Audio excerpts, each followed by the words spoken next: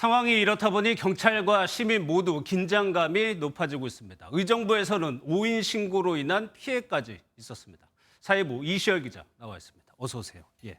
경찰의 경계 상황부터 한번 보겠습니다. 오늘도 여러 곳에서 장갑차 이런 것들이 목격이 됐어요. 네, 그렇습니다. 연이은 흉기난동 사건 발생과 살인 예고글에 대해 경찰이 특별 치안 활동에 나서며 적극적인 경계 근무를 서는 모습이 여러 곳에서 목격되고 있습니다. 시내에 총으로 무장한 특공대원과 전술장갑차가 배치된 모습을 쉽게 볼 수 있고 부산 서면역과 제주공항, 심지어 서울 대치동 학원가에도 무장한 경찰 특공대원이 포착됐는데요.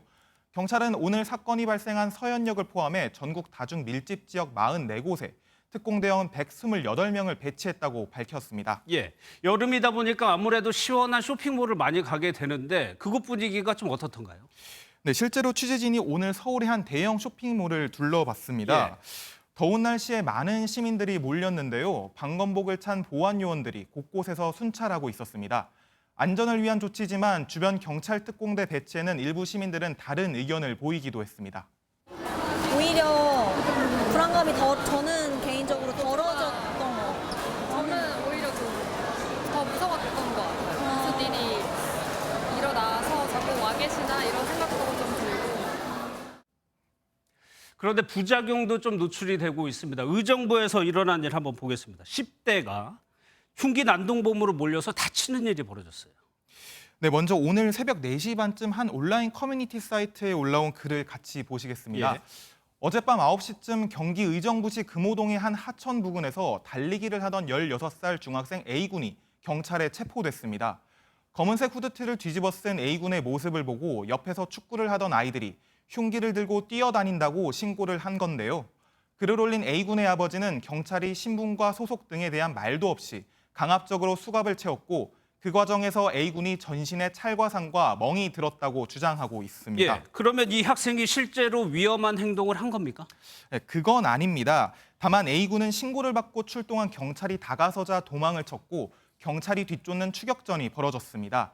A군의 아버지는 경찰 2명이 다짜고짜 붙잡으려 하자 이에 겁이 난 A군이 반대 방향으로 달린 것이라고 설명했습니다. 경찰 관계자는 A군에게 다가가자마자 달아나 소속과 미란다 원칙을 고지할 시간이 없었다고 밝혔습니다. 경찰은 CCTV 분석을 함과 동시에 학생이 다쳐 죄송하다는 입장을 밝혔습니다. 서현역 사건의 피의자가 후드티를 입고 범행을 저질러 이런 5인 신고가 들어간 것 같은데 그만큼 시민들의 불안감이 높아졌고 경찰도 예민하게 대응하는 것으로 보입니다. 시민 안전과 함께 공권력 과잉 문제가 발생하지 않도록 세밀한 행정 집행이 필요해 보입니다. 그렇죠.